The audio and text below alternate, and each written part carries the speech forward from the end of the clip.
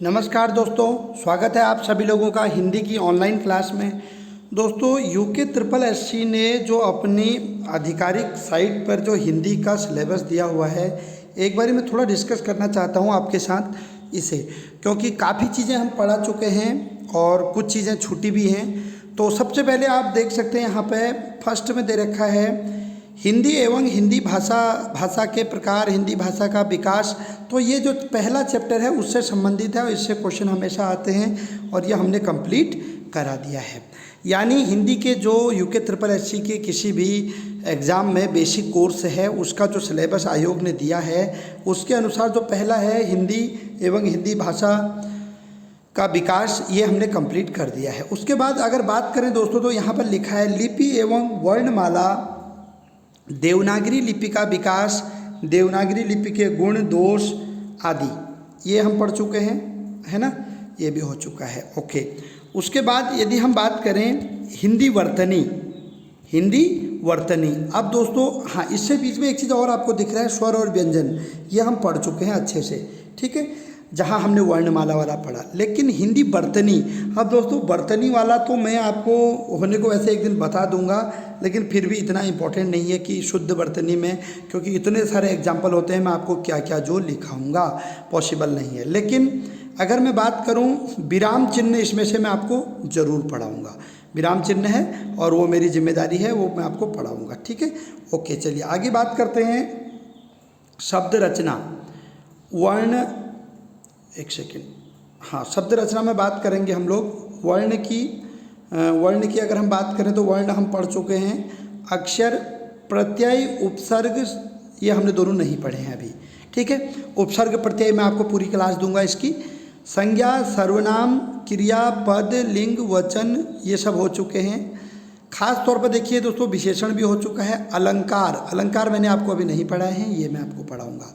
कारक हो चुके हैं, क्रिया विशेषण हो चुका है, ठीक है। ओके, तो ध्यान दीजिएगा, अभी इस टॉपिक में उपसर्ग प्रत्यय हमारा रह चुका है, अलंकार रह चुका है। फिर हम बात करें शब्द में तत्सम, तद्भव, देशज, आगत, ये सब हो चुका है दोस्तों, ठीक है, ये कंप्लीट हो चुका है। अब आप कहेंगे पर्यायवाची शब्द में इतने हजारों पर्यायवाची शब्द हैं, वो नोट कराओ, पॉसिबल नहीं है, वो आपको बुक से ही पढ़ने पड़ेंगे। संधि पूरा हमारा कंप्लीट हो चुका है दोस्तों। उसके बाद वाक्य का आशय, ये भी कंप्लीट हो चुका है। लोकोक्ति और मुहावरे मैं आपको नहीं पढ़ाऊंगा, क्योंकि दोस्तों मुहावरे इतने सारे हैं कि वो कोई फिक्स नहीं है कि कितने आपको पढ़ाए जाए, वो आपको पढ़ने ही पड़ेंगे।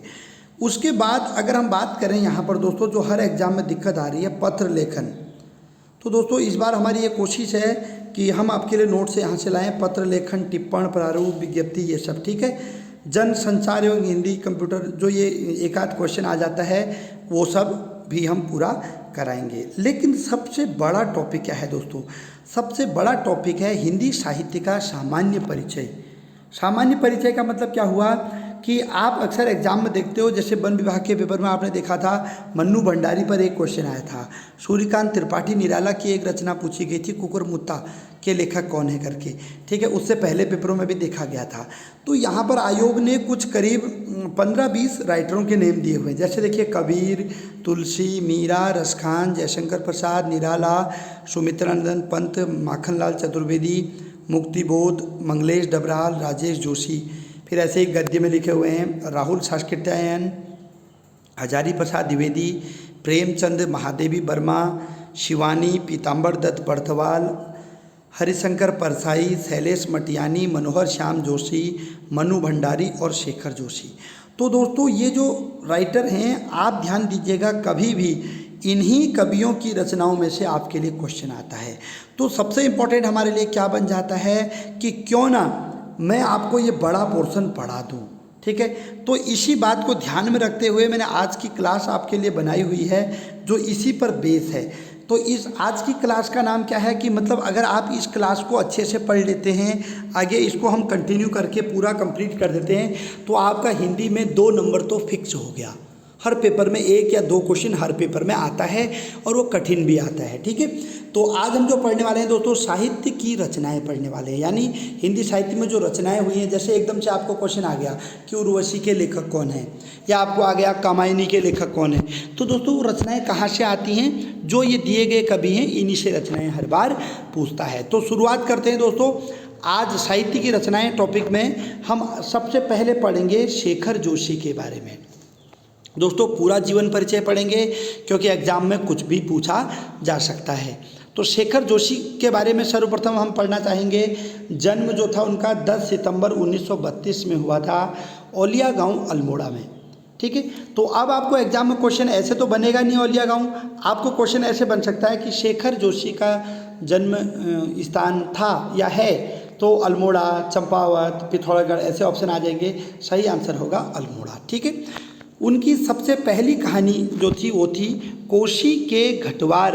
अब आपको पता है अल्मोड़ा से पहले कोशी नदी है, कोशी और सुयाल दो नदियों के बीच में अल्मोड़ा बसा हुआ है। तो उनकी पहली कहानी का क्या नाम था? पहली कहानी का नाम था कोशी के घटवार। घटवार, ठीक है, यह कल्पना पत्रिका में प्रकाशित हुई थी।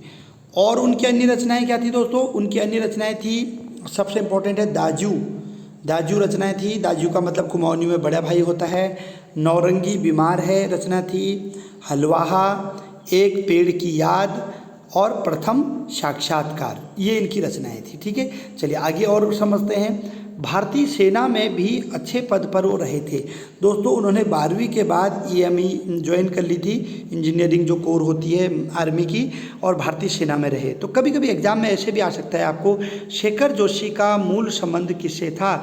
तो वो था भारतीय सेना से। ठीक है, एक पेड़ की याद इनका प्रसिद्ध एक शब्द चित्र था। मतलब जो एक पेड़ की याद इन्होंने रचना करी, तो दोस्तों वह कोई कहानी उपन्यास नहीं था, बल्कि क्या था? एक शब्द चित्र था। ठीक है, जिसमें चित्रों को देख करके अनुमान लगाया जाता है। एक पेड़ की याद। दाजू कहानी पर बाल फिल्म सोसाइटी द्वारा एक फिल्म भी बनाई गई है। तो दोस्तों जो इनकी दाजू कहानी थी उस पर जो बाल फिल्म सोसाइटी है उसने एक डॉक्यूमेंट्री मूवी भी बनाई थी। और दोस्तों इनकी एक रचना थी बच्चे का सपना। तो बच्चे का सपना भी बड़ी ही फेमस रही, तो वो भी एग्जाम में पूछा जा सकता है। और उनकी एक कहानी थी बदबू। ठीक है, तो दोस्तों अगर कभी भी ध्यान दीजिएगा, और ये शेखर जोशी पर क्वेश्चन अक्सर आते हैं और सिलेबस में है, क्योंकि पिछली बार 2-3 एग्जामों में ये नहीं पूछा है, तो हो सकता है इस बार आ जाए। शेखर जोशी का मूल संबंध किससे है दोस्तों? किससे था? सेना से। ठीक है, और बाद में वो लेखक भी बन गए। चलिए शेखर जोशी के बाद बात करते हैं। दूसरी रचना है, जो दूसरे लेखक हैं वो हैं दोस्तों मन्नू भंडारी।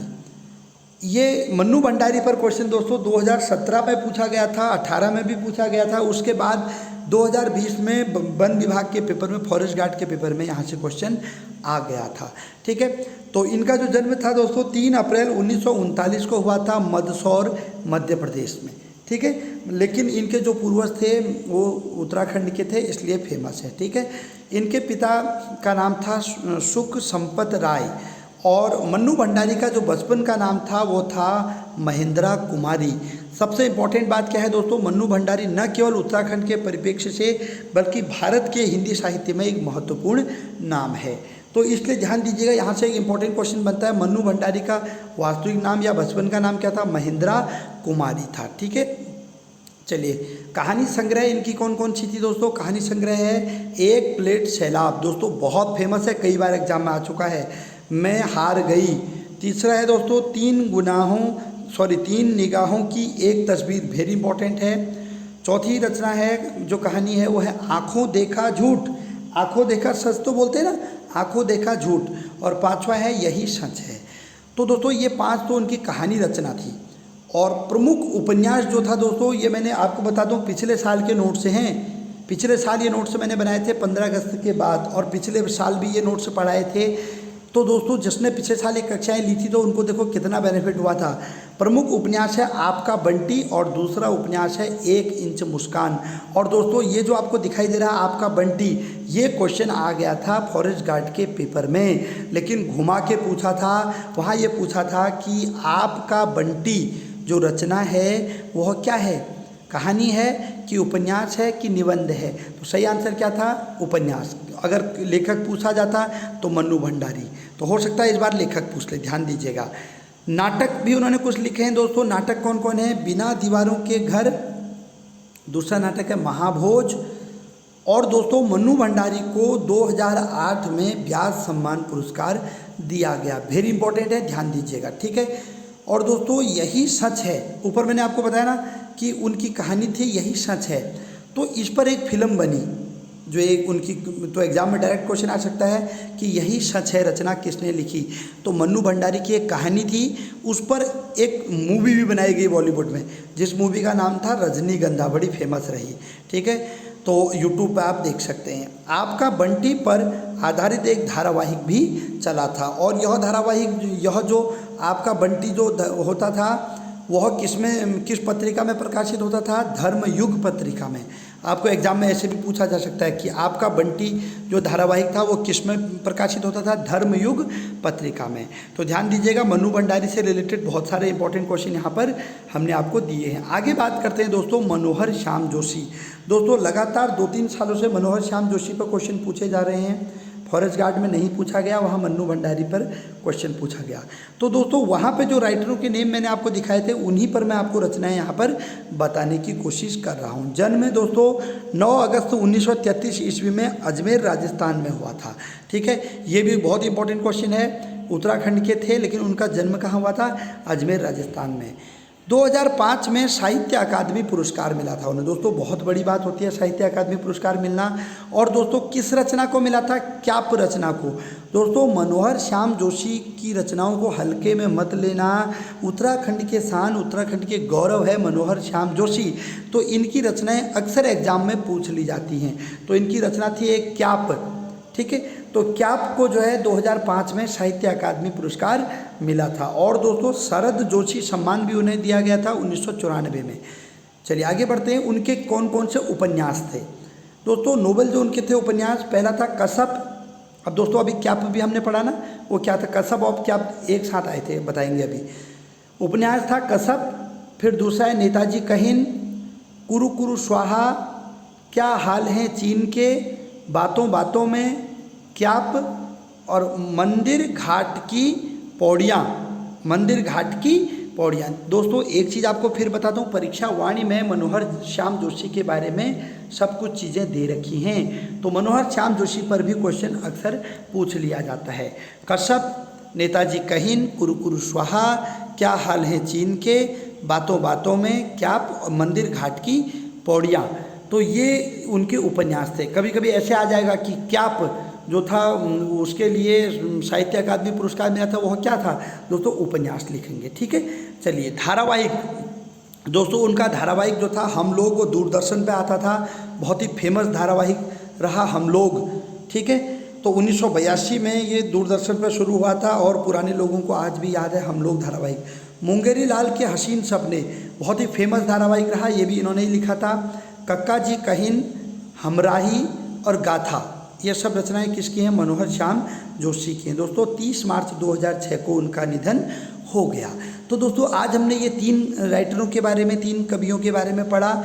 आगे कल 3-4 और पढ़ाऊँगा, जल्दी इसको फिनिश करेंगे और जो चीज़ें रह गई हैं उसको भी ख़त्म करेंगे। और दोस्तों इसके बाद मैंने इस साल यह सोचा है कि जब आप अच्छे से तैयारी कर लोगे तो 15 अगस्त के बाद, ध्यान से सुन लीजिए, 15 अगस्त तक मैं उत्तराखंड और हिंदी पूरा कंप्लीट कर दूंगा। इसके बाद मैं केवल प्रैक्टिस सेट लगाऊंगा। जिन लोगों को ये शिकायत है कि भाई प्रैक्टिस सेट आप नहीं देते हैं, तो उनको प्रैक्टिस सेट भी दिए जाएंगे, चिंता मत कीजिए। प्रैक्टिस सेट लगवाऊंगा और उसमें मैं आपको बता रहा हूँ 20 में प्रैक्टिस सेट बनाऊँगा कम से कम। तो 20 प्रैक्टिस सेट में पहले आपको मैं 100 मार्क्स का पूरा एक पेपर बना के दे दूँगा, व्हाट्सएप पे पूरा पेपर बना के टाइप करके आपको दे दूंगा। उसके बाद फिर उस पेपर को जो है हम लोग पूरा 100 मार्क्स का डिस्क्रिप्टिव फिर उसको समझाएंगे, चाहे 2 दिन लग जाए चाहे 3 दिन लग जाए, ठीक है। फिर इस प्रकार से 20 पेपर सेट कराने का मेरा विचार है और उम्मीद करता हूँ आपको अच्छा भी लगेगा। लेकिन पेपर सेट तभी लगाने हैं जब आप पढ़ाई करेंगे, ठीक है। धन्यवाद। जय उत्तराखंड, जय देवभूमि।